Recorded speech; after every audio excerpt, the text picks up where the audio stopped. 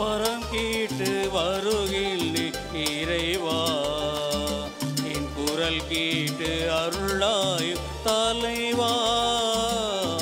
வரம் கேட்டு வருகின்றேன் இறைவா. என் குரல் கேட்டு அருளாயும் தலைவா.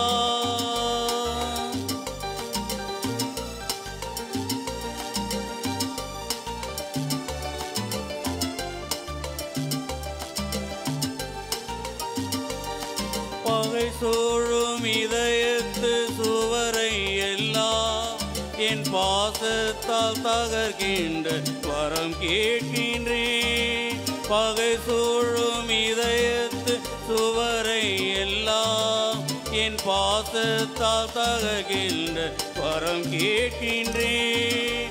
புகை சூழ்ந்த இருள் வாழும் மனதில் எல்லாம் புகை சூழ்ந்த இருள் வாழும் மனதில் எல்லாம் உன் பேர் சொல்லி ஒலியேற்று உனை கேடினேன். வரம் கேட்டு வருகின்றேன் இறைவா. என் குரல் கேட்டு அருளாயோ தலைவா. இந்த புனித பலியானது நன்றி திருப்பலியாக ஆண்டனி டொமினிக், மேரி கிரீட்டா மற்றும் தங்களுடைய கருத்துக்களுக்காக செல்வமணி, ஸ்டீஃபன் இவருடைய உடல்நலத்திற்காகவும், கேத்தரின் இவருடைய உடல் நலத்திற்காகவும், சகாய மேரி இவருடைய கருத்துக்களுக்காகவும், இறைவனில் மரித்த ஆரம் ஜோசப், மேரி மார்க்ரெட், சகாய ராணி, மேரி புஷ்பராணி இந்த ஆன்மாக்களுக்காகவும் இந்த புனித பலி ஒப்புக் கொடுக்கப்படுகின்றது.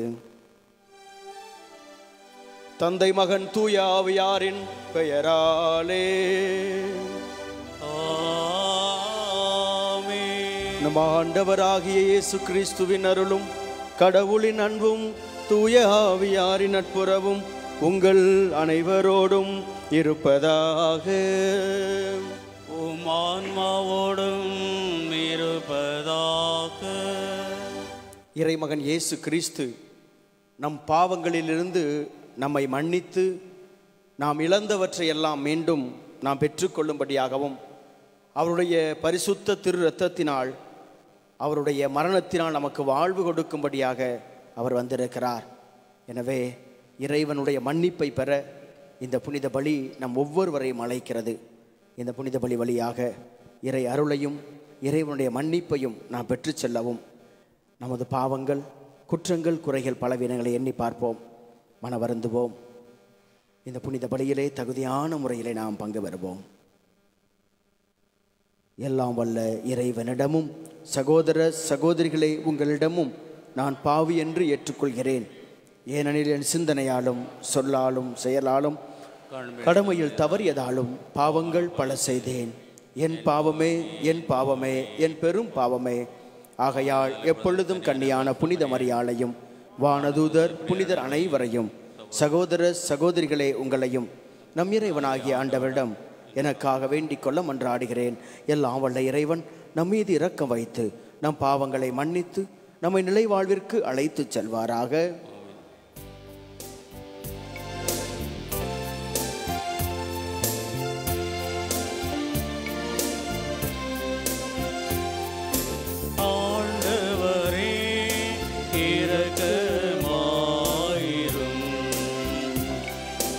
ஆண்டவரே இரக்கமாயிரும்.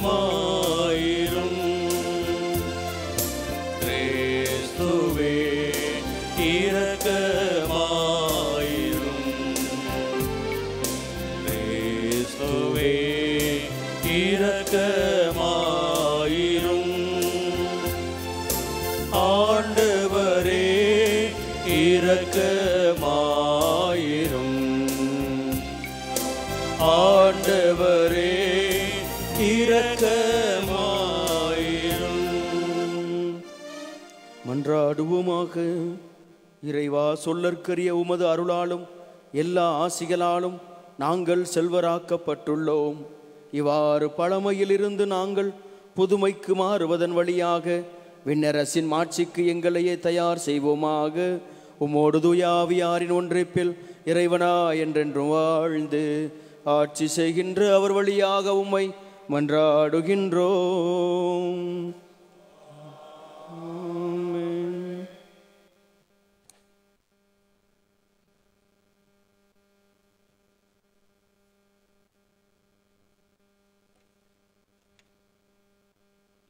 குற்றம் எதுவும் நான் செய்தறியேன்.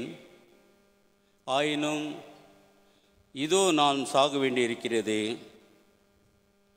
இறைவாக்கினர் தானியேல் நூலிலிருந்து வாசகம். அந்நாட்களில் இஸ்ராயேல் மக்கள் கூட்டம் கூசனாவுக்கு சாவு திருப்பிட்டது. அப்பொழுது சூசன்னா உரத்த குரலில் கதறி, என்றும் உள்ள இறைவா, மறைவானவற்றை நீர் அறிகிறீர். நிகழ் முன்பே எல்லாம் உமக்கு தெரியும். இவர்கள் எனக்கு எதிராக பொய் சான்று சொல்லியுள்ளனர் என்பதும் உமக்கு தெரியும். இவர்கள் என் மீது சாட்டிய குற்றம் எதுவும் நான் செய்தறியேன். ஆயினும் இதோ நான் சாக வேண்டியிருக்கிறதே என்று சொன்னார். ஆண்டவர் சூசன்னாவுடைய குரலுக்கு செவி சாய்த்தார். கொல்லப்படுமாறு அவர் நடத்தி செல்லப்பட்ட பொழுது தானியேல் என்னும் பேருடைய இளைஞரிடம் தூய ஆவியை கடவுள் தூண்டிவிட்டார்.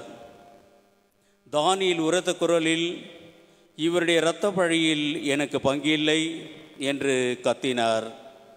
மக்கள் அனைவரும் அவர் பால் திரும்பி, நீர் என்ன சொல்கிறீர் என்று வினவினர். அவரோ அவர்கள் நடுவே நின்று பின்வருமாறு சொன்னார். இஸ்ராயேல் நடுவே நின்று கொண்டு மக்களை வழக்கை ஆராயாமலும் உண்மை அறிந்து கொள்ளாமலும் இஸ்ராயேல் மக்கள் ஒருத்தியை திருப்பிட துணிந்து விட்டீர்களே, அந்த அளவுக்கு நீங்கள் அறிவிலிகளா? நீதி வழங்கும் இடத்திற்கு திரும்பி போங்கள். இம்மனிதர்கள் இவருக்கு எதிராக பொய் சான்று சொல்லியிருக்கிறார்கள் என்றார். எனவே மக்கள் எல்லாரும் விரைவாக திரும்பி வந்தார்கள். மற்ற மூப்பர்கள் தானியேலிடம், நீர் வந்து எங்கள் நடுவே அமர்ந்து எங்களுக்கு விரிவாய் விளக்கி காட்டும். ஏனெனில் மூப்பருக்குரிய சிறப்பை கடவுள் உமக்கு அளித்துள்ளார் என்று வேண்டிக் கொண்டார்கள். அப்பொழுது தானியேல், இவர்களை தனித்தனியே பிரித்து தொலையில் வையுங்கள், நான் இவர்களை வினவுவேன் என்றார். எனவே அவர்கள் இருவரையும் தனித்தனியே பிரித்து வைத்தார்கள். எப்பொழுது தானியேல் அவர்களுள் ஒருவரை அழைத்து, தீ செயலில் விளைந்தவனே, நீ முன்பு செய்த பாவங்கள் இப்பொழுது வெளியாகிவிட்டன. மாசற்றவர்களையும் நீதிமான்களையும் சாவுக்கு உள்ளாக்காதே என்று ஆண்டவர் சொல்லியிருந்தும் நீ முறைகேடாத தீர்ப்புகள் வழங்கி மாசற்றவர்களை தண்டித்து குற்றவாளிகளை விடுத்துள்ளாய். இதோ, நீ உண்மையிலேயே சூசனாவை பார்த்திருந்தால் எந்த மரத்தடியில் அவர்கள் குடியிருக்க கண்டாய்? சொல் என்று கேட்டார். அதற்கு அவர், விலா மரத்தடியில் என்றார். அதற்கு தானியேல், நீ நன்றாக பொய் சொல்கிறாய். அது உன் தலைமையிலேயே விழும். ஏனெனில் கடவுளின் தூதர் ஏற்கனவே இறைவனிடமிருந்து தீர்ப்பை பெற்றுவிட்டார். அவர் உன்னை இரண்டாக வெற்றி பிளப்பார் என்றார். பின் அவரை அனுப்பிவிட்டு மற்றவரை தம்மிடம் அழைத்து வருமாறு பணித்தார். அவரை நோக்கி, நீ யூதாவுக்கல்ல, கனானுக்கு பிறந்தவன். அழகு உன்னை மயக்கிவிட்டது, காமம் உன்னை நெறி தவற செய்துவிட்டது. நீங்கள் இருவரும் இஸ்ராயேல் மகளிரை இவ்வாறு நடத்தி வந்திருக்கிறீர்கள். அவர்களும் அச்சத்தால் உங்களுக்கு இணங்கி வந்திருக்கின்றார்கள். ஆனால் யூதாவின் மகளாகி இவரால் உங்கள் தீச்செயல்களை பொறுத்து கொள்ள முடியவில்லை. இதோ, எந்த மரத்தடியில் சோர்ந்திருக்கும் பொழுது நீ இவர்களை பிடித்தாய் சொல் என்றார். அவரோ கருவாளி மறுத்தடையில் என்றார். தானியேல் அவரிடம், நீயும் நன்றாக பொய் சொல்கிறாய். அது உன் தலைமையிலேயே விழும். ஏனெனில் உன்னை இருக்கூறாக வெட்டவும் இவ்வாறு உங்கள் இருவரையும் அழித்தொழிக்கவும் கடவுளின் தூதர்கள் வாளுடன் காத்து கொண்டிருக்கின்றார் என்றார். உடனே மக்கள் கூட்டம் முழுவதும் உரத்த குரல் எழுப்பி தம்மில் நம்பிக்கை வைப்போருக்கு மீட்பு அளிக்கும் கடவுளை போற்றியது. அவர்கள் அந்த முதியோர் இருவருக்கும் எதிராக எழுந்தார்கள். ஏனெனில் அவர்கள் பொய் சான்று சொன்னதை அவர்கள் வாழ்மொழியாகவே தானியேல் மொய்ப்பித்திருந்தார். அம்முதியோர் பிறருக்கு செய்ய இருந்த தீங்கை அவர்களுக்கே மக்கள் செய்தார்கள். மோசே சட்டப்படி அவர்களை கொன்றார்கள். இவ்வாறு மாசற்ற சூசன்னா அன்று காப்பாற்றப்பட்டார். இது ஆண்டவர் வழங்கும் அருள்வாக்கு. நீங்கள் சொல்ல வேண்டிய பதில்: இருள் சூழ் பள்ளத்தாக்கில் நடக்க நேர்ந்தாலும் நான் எதற்கும் அஞ்சிடேன்.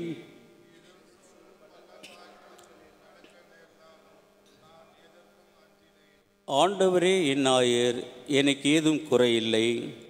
பசும்புல் வெளி மீது என இவர் இளைப்பாற செய்வார். அமைதியான நீர்நிலைகளுக்கு என்னை அழைத்து செல்வார். அவர் எனக்கு புத்துயிர் அளிப்பார். பதில்: இருள் சூழ் பள்ளத்தாக்கில் நடக்க நேர்ந்தாலும் நான் எதற்கும் அஞ்சிடேன்.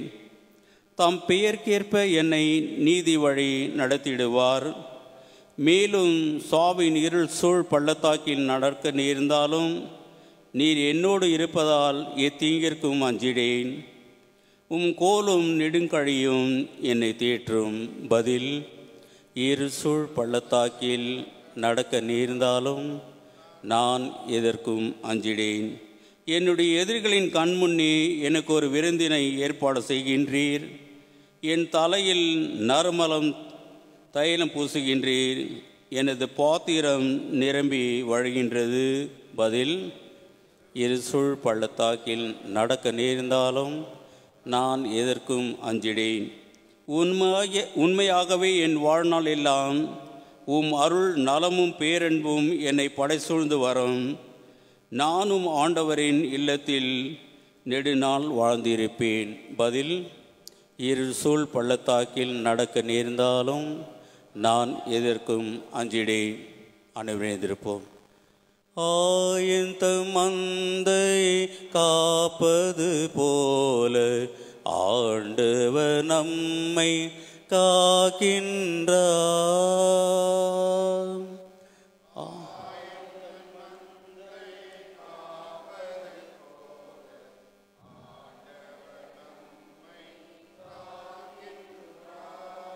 தீயோர் சாக வேண்டும் என்பது என் விருப்பம் அன்று.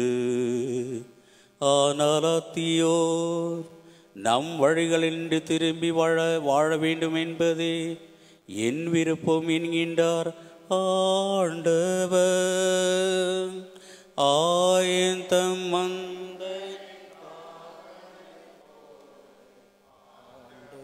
நம்மை ஆண்டவர் உங்களோடு இருப்பாராக.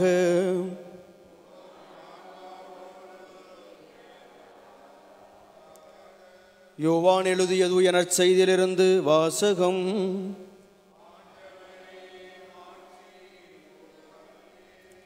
யோவான் நற்செய்தி அதிகாரம் 8 வாழ்வு தரும் இறை வார்த்தைகள் 1 தொடக்கம் 11 முடிய. அக்காலத்தில் இயேசு ஒலிவ மலைக்கு சென்றார். பொழுது விடிந்ததும் அவர் மீண்டும் கோவிலுக்கு வந்தார். அப்போது மக்கள் அனைவரும் அவரிடம் வந்தனர். அவரும் அங்கு அமர்ந்து அவர்களுக்கு கற்பித்தார். மறைநூல் அறிஞரும் பரிசேயரும் விபச்சாரத்தில் பிடிபட்ட ஒரு பெண்ணை கூட்டி கொண்டு வந்து நடுவில் நிறுத்தி, போதகரே, இப்பெண் விபச்சாரத்தில் கையும் மெய்யுமாக பிடிபட்டவள். இப்படிப்பட்டவர்களை கல்லால் எறிந்து கொல்ல வேண்டும் என்பது மோசே நமக்கு கொடுத்த திருச்சட்டத்தில் உள்ள கட்டளை. நீர் என்ன சொல்கிறீர் என்று கேட்டனர். அவர் மேல் குற்றம் சுமத்த ஏதாவது வேண்டும் என்பதற்காக அவர்கள் இவ்வாறு கேட்டு சோதித்தார்கள். இயேசு குனிந்து விரலால் தரையில் எழுதி கொண்டிருந்தார். ஆனால் அவர்கள் அவரை விடாமல் கேட்டுக்கொண்டிருந்ததால் அவர் நிமிர்ந்து பார்த்து, உங்களுள் பாவம் இல்லாதவர் முதலில் இப்பெண் மேல் கல்லெறியட்டும் என்று அவர்களிடம் கூறினார். மீண்டும் குனிந்து தரையில் எழுதி கொண்டிருந்தார். அவர் சொன்னதை கேட்டதும் முதியோர் தடங்கி ஒருவர் பின் ஒருவராக யாவரும் அங்கிருந்து சென்று விட்டார்கள். இறுதியாக இயேசு மட்டுமே அங்கு இருந்தார். அப்பெண்ணும் அங்கேயே நின்று கொண்டிருந்தார். இயேசு நிமிர்ந்து பார்த்து, அம்மா, அவர்கள் எங்கே? நீர் குற்றவாளி என்று எவரும் தீர்ப்பிடவில்லையா என்று கேட்டார். அவர், இல்லை ஐயா என்றார். இயேசு அவரிடம், நானும் தீர்ப்பளிக்கவில்லை, நீர் போகலாம், இனி பாவம் செய்யாதீர் என்றார். ஆண்டவரின் அருள்வாக்கு. கிறிஸ்துவே உமக்கு புகழ். Price the lord, praise the lord, praise the Lord. இயேசுவுக்கே புகழ், இயேசுவுக்கே நன்றி, இயேசுவுக்கே மகிமை, இயேசுவுக்கே ஆராதனை. மரியே வாழ்க, மரியே வாழ்க. Praise the lord, praise the lord. கிறிஸ்து இயேசுவில் பிரியமுள்ள சகோதர சகோதரிகளே, இறைவன் வாழ்வின் தேவனாயிருக்கிறார். அவர் ஒவ்வொருவருக்கும் வாழ்வை கொடுப்பதற்காகவே தனது வாழ்வை அவர் கொடுத்தார். யாரும் அழிந்து விடாமல் நிலைவாழ்வை பெற்றுக்கொள்ள வேண்டும் என்பதே தந்தையின் விருப்பம். அந்த தந்தையின் விருப்பத்தை நிறைவேற்றுகின்றவராக இயேசு கிறிஸ்துவை, தன் ஒரே பேரான மகனை தந்தை இந்த உலகத்திற்கு அனுப்பினார். இந்த உலகத்திற்கு அனுப்பிய தேவன் இந்த உலகத்திற்கு தண்டனை தீர்ப்பு அளிக்க அல்ல, மாறாக இந்த உலகத்தை மீட்பதற்காகவே தந்தை தன் மகனை அனுப்பினார் என்று யோவான் நற்செய்தி 3வது அதிகாரம் 17வது திருவசனத்தில் நான் வாசிக்கிறோம். ஏனென்றால் தந்தை என்பவர் வாழ்வின் அடையாளமாயிருக்கிறார், வாழ்வின் ஊற்றாயிருக்கிறார். எனவே மகனும் வாழ்வின் ஊற்றாயிருக்கிறார். எனவே மகன் தனது வாழ்வை கொடுத்து எல்லோருக்கும் வாழ்வு கொடுக்கிற தேவனாயிருக்கிறார். இந்த வாழ்வு என்பது எவ்வாறு இறைவன் நமக்கு கொடுத்தார்? முதல்ல இந்த வாழ்வை நாம் எவ்வாறு இழந்தோம்? பாவத்தினால் நாம் கடவுள் கொடுத்த வாழ்வை இழந்து போனோம். எனவேதான் ரோமையருக்கு எழுதிய திருமடலில் 3வது அதிகாரம் 23வது திருவசனத்தில் நான் வாசிக்கிறோம், எல்லோரும் பாவம் செய்து கடவுளுடைய மேன்மையை மகிமையை இழந்து போனார்கள். எனவே பாவத்தின் சம்பளம் மரணம். ரோமையர் 6:23 வாசிக்கிறோம், பாவத்தின் சம்பளம் மரணம். எனவே பாவம் நமது வாழ்க்கையிலே மரணத்தை, இழப்பை, நோய்களை, வேதனையை, சாபத்தை கொண்டு வந்தது. எனவே இயேசு கிறிஸ்து அவர் தனது சாவின் மூலமாக நாம் பெற்றுக்கொண்ட அந்த மரணத்தை, சாவை அவர் வென்றார். எனவே இந்த சாவு என்பது எப்படி அளிக்கப்பட்டதென்றால், முதலிலே சாவின் காரணமான பாவத்தை அவர் அளித்தார்.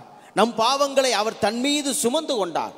எனவே நம் பாவங்களை மன்னிப்பதன் வழியாக, அவரது பரிசுத்த திரு இரத்தத்தினால் நம் பாவங்களை மன்னித்ததன் வழியாக நாம் மீட்பை பெற்றுக்கொண்டோம், வாழ்வை பெற்றுக்கொண்டோம்.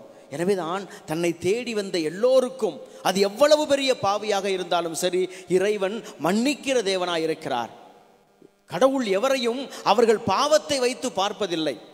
ஒருவரை பாவி என்று இறைவன் அவர் பார்ப்பதில்லை. மாறாக ஒவ்வொருவரையும் தனது அன்பு மகனாக, மகளாக தேவன் பார்க்கிறார்.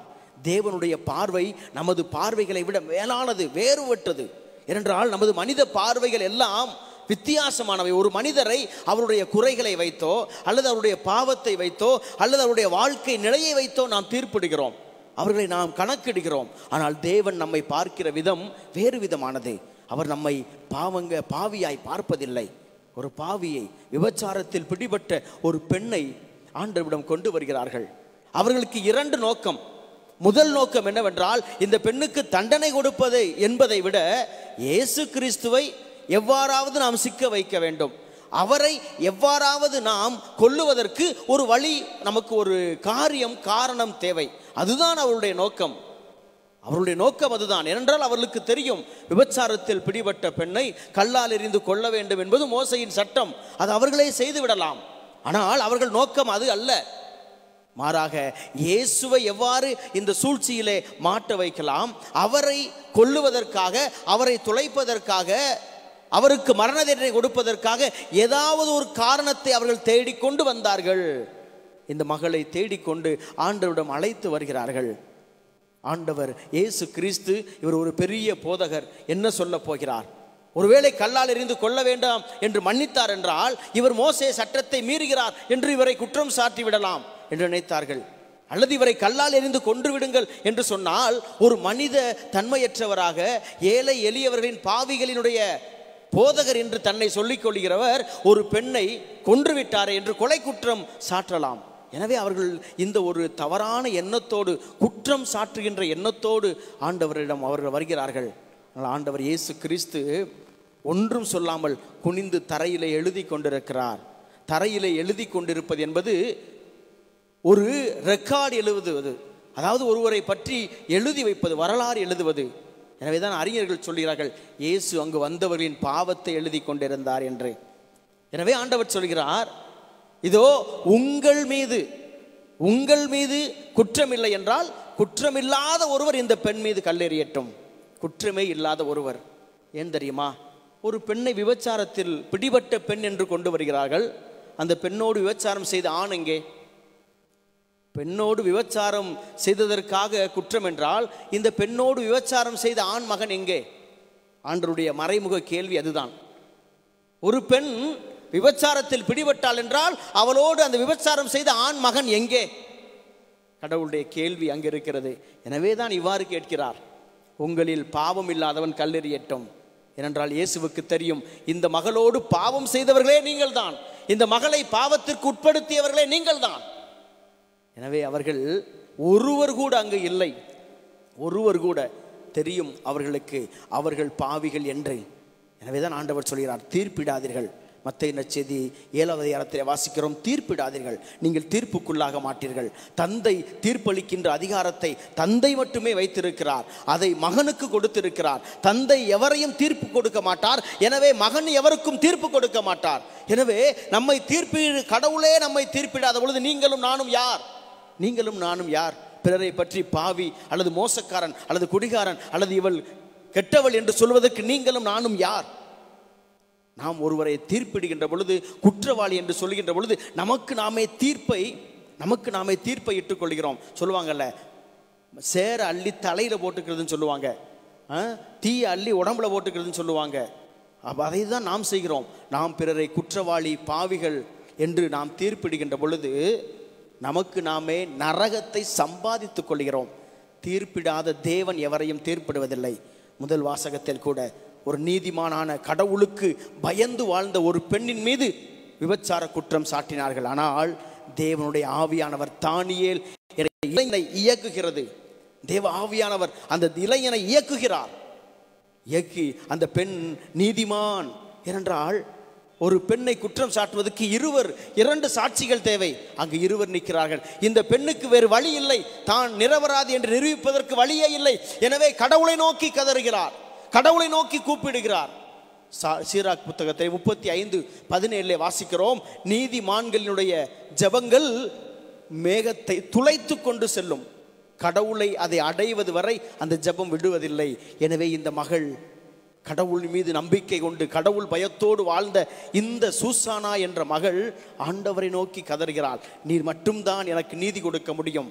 நான் எனது நேர்மையை, எனது இந்த புனிதத்தை நான் எவரிடமும் நிரூபிக்க முடியாது. எனவே கடவுள் அங்கு தனது ஆவியினால் தானியேலை அனுப்புகிறார். தேவன் ஒவ்வொருவருக்கும் துணையாயிருக்கிறார். அவரை நம்புவோருக்கு, அவரை விசுவசிப்போருக்கு, தெய்வ பயத்தோடு நேர்மையாய் புனிதமாய் வாழ்வோருக்கு அருகிலே ஆண்டவர் இருக்கிறார். இறுதியிலே ஆண்டவர் இந்த மகளிடம் சொன்னார், அவர்கள் அந்த பெண்ணை விபச்சார பெண்ணாய் கொண்டு வந்தவர்கள், ஆண்டவர் அந்த பெண்ணை அம்மா என்று அழைக்கிறார். அம்மா என்று அழைக்கிறார். பாருங்கள், இயேசு கிறிஸ்து அந்த பெண்ணுக்கு ஒரு தாய்மையினுடைய மதிப்பை கொடுக்கிறார். தாய்மையின் மதிப்பு. அம்மா, எவரும் உன்னை தீர்ப்பிடவில்லையா? நானும் உனக்கு தீர்ப்பிட மாட்டேன், ஆனால் பாவம் செய்யாதே. ஆக கடவுள் நம் ஒவ்வொருவரையும் புனிதத்தில் வாழ அழைக்கிறார். நாம் எவரையும் தீர்ப்பிடாமல், கடவுள் தீர்ப்புக்கு நான் உள்ளாக்கி இருக்கிறேன், எனவே நான் மனம் மாறுவேன், நான் பாவத்திலிருந்து விடுதலை பெறுவேன், கடவுளுக்கு உகந்த ஒரு வாழ்க்கையை வாழ்வேன் என்று இந்த நாளிலே நாம் ஜெபிப்போம். தூய ஆவியானவரின் அபிஷேகத்தை இந்த புனித வழியாக கேட்டு இறைவனுடைய மன்னிப்பையும் இரக்கத்தையும் புதிய வாழ்வையும் பெற்றுச் செல்வோம். ஆமென்.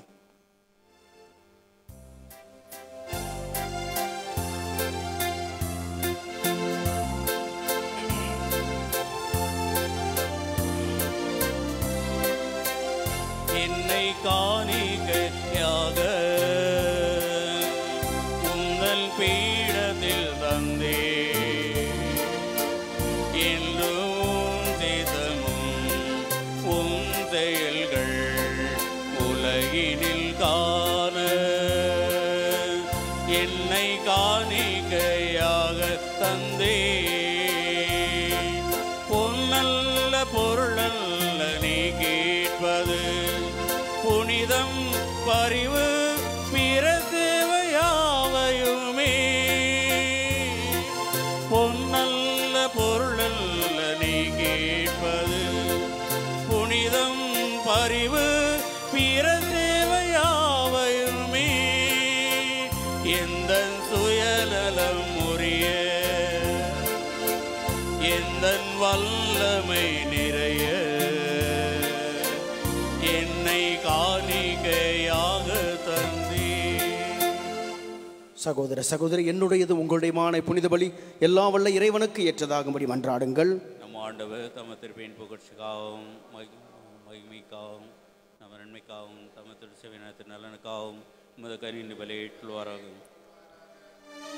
ஆண்டவரே, மறை நிகழ்வுகளை கொண்டாட இருக்கும் நாங்கள் உம்மை வேண்டுகின்றோம். அதனால் உடல் ஒருத்தலின் பயனாக மகிழ்வை தரும் மன தூய்மையை நாங்கள் உமக்கு காணிக்கையாக்குவோமாக. எங்கள் ஆண்டவர் ஆகிய கிறிஸ்து வழியாக உம்மை மன்றாடுகின்றோம். ஆமென். ஆண்டவர் உங்களோடு இருப்பாராக. உம் ஆன்மாவோடும் இருப்பாராக. இதயங்களை மேலே எழுப்புங்கள். ஆண்டவரிடம் நோக்கி எழுப்பியுள்ளோ. நம் இறைவனாகிய ஆண்டவருக்கு நன்றி கூறுவோம். அது தகுதியும் நீதியுமானது. ஆண்டவரே, தூயவரான தந்தையே, என்றும் உள்ள எல்லாம் வல்ல இறைவா, என்னாலும் இவ்விடத்திலும் நாங்கள் உமக்கு நன்றி செலுத்துவது மெய்யாகவே தகுதியும் நீதியுமாகும், எங்கள் கடமையும் மீட்புக்குரிய செயலுமாகும். ஏனெனில் திருமகனின் மீட்பளிக்கும் பாடுகளினால் உலகம் அனைத்தும் நல்லுணர்வை பெறுகின்றது, உமது மாண்பை அறிக்கையிடுகின்றது. சிலுவையின் வியத்தகு வலிமையினால் உலகத்தின் மீது தீர்ப்பும் சிலுவையில் அறையுண்டவரின் அதிகாரமும் விளங்குகின்றன. ஆகவே ஆண்டவரே, வானதூதர் புனிதர் அனைவரோடும் நாங்கள் சேர்ந்து உம்மை அறிக்கையிட்டு அக்களிப்புடன் சொல்வதாவது: தூயவர் தூயவர் தூயவர், வான்படைகளின் கடவுளாம் ஆண்டவர், விண்ணகமும் மண்ணகமும் உமது மாட்சியால் நிறைந்துள்ளன. உன்னதங்களிலே ஓசானா. ஆண்டவர் பேரால் வருகிறவர் ஆசி பெற்றவர். உன்னதங்களிலே ஓசானா. ஆண்டவரே, நீர்மையாகவே தூயவர், தூய்மை அனைத்திற்கும் ஊற்று. ஆகவே உம்முடைய ஆவியை பொழிந்து இக்காணிக்கைகளை தூய்மைப்படுத்த உம்மை வேண்டுகிறோம். இவ்வாறு எங்கள் ஆண்டவர் இயேசு கிறிஸ்துவின் உடலும் இரத்தமுமாக எங்களுக்கு இவை மாறுபனவாக. அவர் பாடுபட உளம் கனிந்து தம்மை கையளித்த போது அப்பத்தை எடுத்து நன்றி செலுத்தி அதை பிட்டு தம் சீடர்களுக்கு அளித்து அவர் கூறியதாவது: அனைவரும் இதிலிருந்து பெற்று உண்ணுங்கள், ஏனெனில் இது உங்களுக்காக கையளிக்கப்படும் என் உடல்.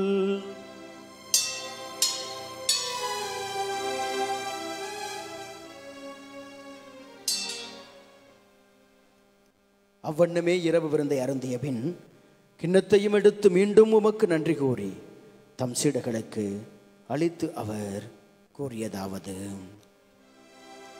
அனைவரும் இதிலிருந்து பெற்று பருகுங்கள், ஏனெனில் இது புதிய நிலையான உடன்படிக்கைக்கு உரிய என் இரத்தத்தின் கிண்ணம்.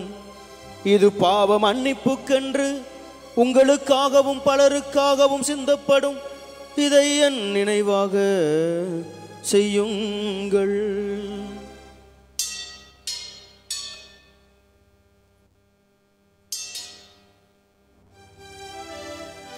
நம்பிக்கையின் மறைபொருள். ஆண்டவரே, நீ வருமளம் உமது இறப்பினை அறிக்கையிடுகின்றோ, உமது உயிர்ப்பினையும் எடுத்துரைக்கின்றோ. ஆகவே ஆண்டவரே, நாங்கள் கிறிஸ்துவின் இறப்பினையும் உயிர்ப்பினையும் நினைவு கூர்ந்து வாழ்வு தரும் அப்பத்தையும் மீட்பளிக்கும் கிண்ணத்தை உமக்கு ஒப்புக் கொடுக்கின்றோம். உம் திருமுனின்று உமக்கு ஊழியம் புரிய தகுந்தவர்கள் என எங்களை ஏற்றுக்கொண்டீர். எனவே உமக்கு நன்றி செலுத்துகின்றோம். மேலும் கிறிஸ்துவின் உடலிலும் இரத்தத்திலும் பங்கு கொள்ளும் எங்களை தூய ஆவியார் ஒன்று சேர்க்க வேண்டுமென உம்மை தாழ்மையுடன் மன்றாடுகின்றோம். ஆண்டவரே, உலகெங்கும் பரவியிருக்கும் அது திரு அவையை நினைவு கூர்ந்தருளும். எங்கள் திருத்தந்தை பிரான்சிஸ், எங்கள் ஆயர் பீட்டர், எல்லா திருநிலையினர் ஆகிய அனைவரோடும் உமது திரு அவை அன்பில் நிறைவு பெறச் செய்தருளும். மேலும் உயிர்த்தலும் எதிர்நோக்குடன் துயில் கொள்ளும் எங்கள் சகோதரர் சகோதரிகளையும் இறந்தோர் அனைவரையும் இரக்கத்துடன் நினைவு கூர்ந்து உமது திருமுக ஒளியினுள் ஏற்றலும். எங்கள் அனைவர் மீதும் இரக்கமாயிரும். கடவுளின் கன்னித்தாயும் எங்கள் தாயும் பாதுகாவலியுமான புனித மரியா, அவருடைய கணவரான புனித யோசேப்பு, புனித திருத்தூதர்கள், இவ்வுலகில் உமக்கு உகந்தவராயிருந்த புனிதர்கள் அனைவருடனும் நாங்கள் நிலை வாழ்வில் பங்கு கொள்ளும் தகுதி பெற்று திருமகன் இயேசு கிறிஸ்து வழியாக உம்மை புகழ்ந்தேத்தும் வரமருள உம்மை மன்றாடுகின்றோம். இவர் வழியாக இவரோடு இவரில் எல்லாம் வல்ல இறைவனாகிய தந்தையே, தூய ஆவியாரின் ஒன்றிப்பில் எல்லா புகழும் மாட்சியும் என்றென்றும் உமக்கு உரியதே.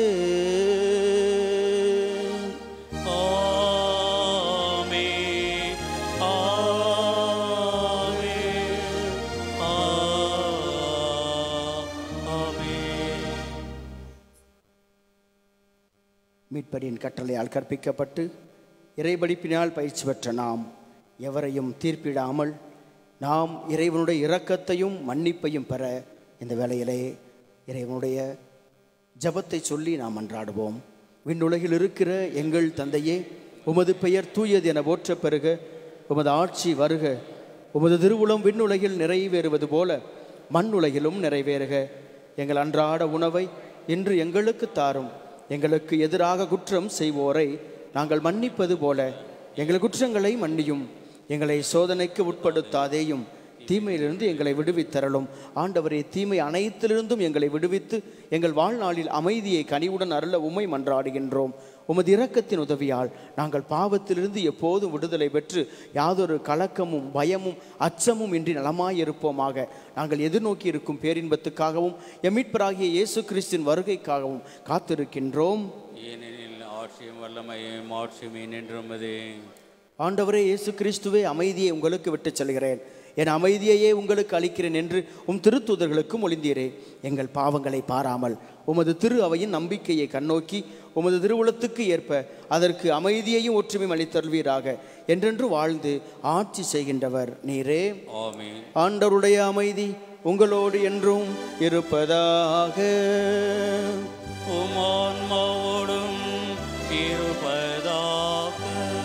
ஒருவருக்கொருவர் கிறிஸ்துவின் அமைதியை பகிர்ந்துள்ளோம். கிறிஸ்துவின் அமைதி.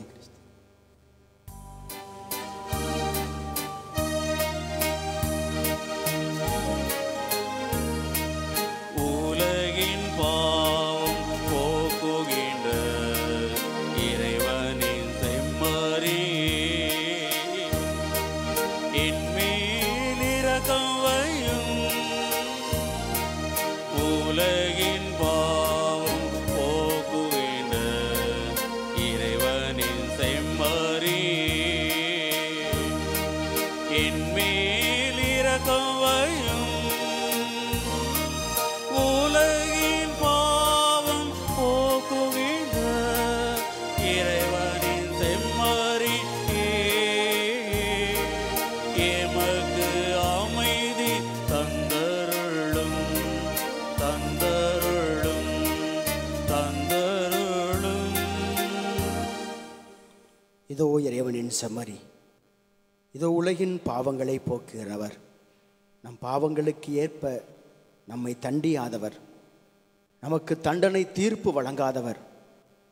இதோ நம் தேவன் நம் ஒவ்வொருவருக்கும் நிலை வாழ்வை கொடுக்க வந்திருக்கிறார். இந்த இறைவனுடைய திருவிருந்திற்கு அழைக்கப்பட்டு நாம் அனைவரும் பேறு பெற்றோர். ஆண்டவரே, நிலத்தில் எழுந்தருள நான் தகுதியற்றவன், அவன் வார்த்தை மட்டும் சொல்லிடும், எனது ஆன்மா நலமடையும்.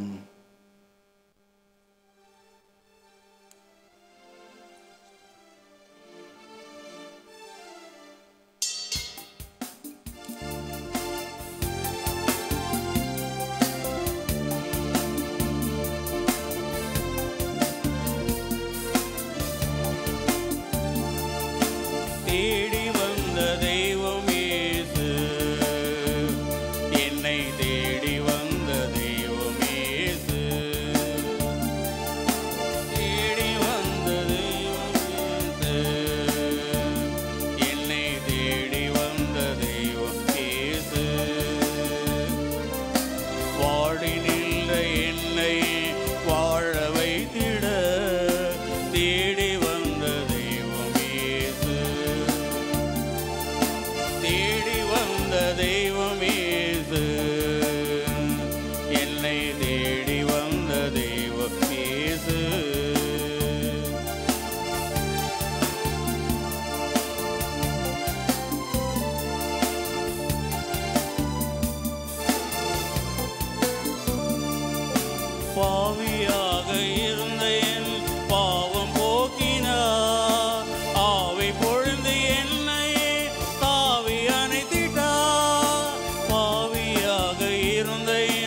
பாவம் போக்கினார். ஆவி பொழுந்து என்னை தாவி அணைத்திட்டார். அன்பே அவர் பெயரா, அன்பே அவர் பெயரா. அருளே அவரின் மொழியா, இருளே போக்கும் ஒளியா, இருளே போக்கும் ஒளியா.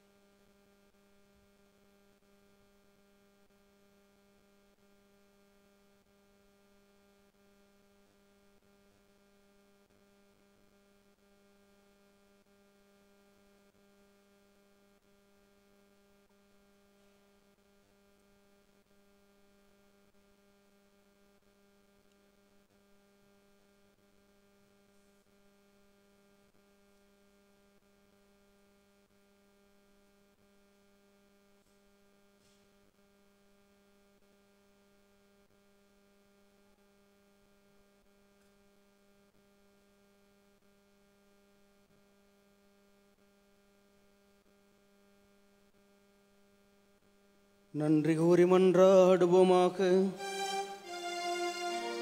ஆண்டவரே, அருளடையாளங்களின் ஆசியால் வலிமை பெற்ற நாங்கள் உம்மை வேண்டுகின்றோம். இவற்றால் நாங்கள் எப்பொழுதும் குற்றங்களிலிருந்து கழுவ பெற்று கிறிஸ்துவை பின்பற்றி உம்மை நோக்கி முன்னேறி வருவோமாக. என்றென்று வாழ்ந்து ஆட்சி செய்கின்ற அவர் வழியாக உம்மை மன்றாடுகின்றோம். முழந்தால் படியிட்டு திருச்சபையின் பாதுகாவலராம் தூய சூசையப்பரை நோக்கி நாம் வல்லமை மிக்க இந்த ஜெபத்தை சொல்லி நமக்கும் நம்முடைய குடும்பத்திற்கும் இறை ஆசிரியை நாம் கேட்போம். மீட்பின் பொறுப்பாளரே, மீட்பின் பொறுப்பாளரே, புனித கன்னிமரியாவின் துணையாளரே, புனித கன்னிமரியாவின் துணையாளரே, நீர் வாழ்க, நீர் வாழ்க. கடவுள் தமது ஒரே திருமகனை உம்மிடமே ஒப்படைத்தார். உம்மிடமே மரியா தனது முழு நம்பிக்கையும் கொண்டிருந்தார். உம்முடனே கிறிஸ்து மனிதரானார். பேறுபெற்ற தூய சூசையப்பரே, எங்களுக்கும் உம்மையே ஒரு தந்தையாக காட்டி வாழ்வின் பாதையில் எங்களை வழி நடத்தும். அருள் இரக்கம் தைரியத்தை பெற்றுத்தாரும். அனைத்து தீமைகளிலிருந்தும் எங்களை பாதுகாத்தருளும். ஆமென். மரித்த விசுவாசிகளின் ஆன்ம காவலனே, எங்களுக்காக வேண்டிக் கொள்ளும். திருக்குடும்பத்தின் பாதுகாவலரே, தூய சூசையப்பரே, எங்களுக்காக வேண்டிக் கொள்ளும். திருச்சபையின் காவலரே, எங்களுக்காக வேண்டிக் கொள்ளும். ஆண்டவரே, உடல் நோயால் வருந்தும் உமது ஊழியரை பாரும். நீர் உண்டாக்கிய ஆன்மாக்களுக்கு ஆறுதல் தாரும். நாங்கள் துன்பங்களினால் தூய்மை அடைந்து உமது இரக்கத்தினால் விரைவில் குணமடையும்படி அருள் புரிவீராக. எங்கள் ஆண்டவராகிய இயேசு கிறிஸ்துவின் பெயரால் ஆமென். ஆண்டவராகிய இயேசு கிறிஸ்து உங்களை பாதுகாக்க உங்கள் நடுவிலும், உங்களை காப்பாற்ற உங்களுக்குள்ளும், உங்களுக்கு வழிகாட்ட உங்களுக்கு முன்னும், உங்களுக்கு காவலாயிருக்க உங்களுக்கு பின்னும், உங்களை ஆசீர்வதிக்க உங்கள் மேலும் இருப்பாராக. இறுதி ஆசீர்வாதத்திற்காக எழுந்து நிற்போம். ஆண்டவர் உங்களோடு இருப்பாராக. உமான்மாவோடும் இருப்பாராக. எல்லாம் வல்ல இறைவன் தந்தை, மகன், தூய ஆவியாரின் ஆசி உங்கள் மீது என்றென்றும் தங்கி உங்களை நிறைவாய் ஆசீர்வதித்து வழி நடத்துவதாக. இறைவனின் அன்பிலும் அன்னையின் ஆசிரிலும் வாழ சென்று வாழுங்கள். திருப்பலி நம் வாழ்வில் தொடரட்டும். இறைவனுக்கு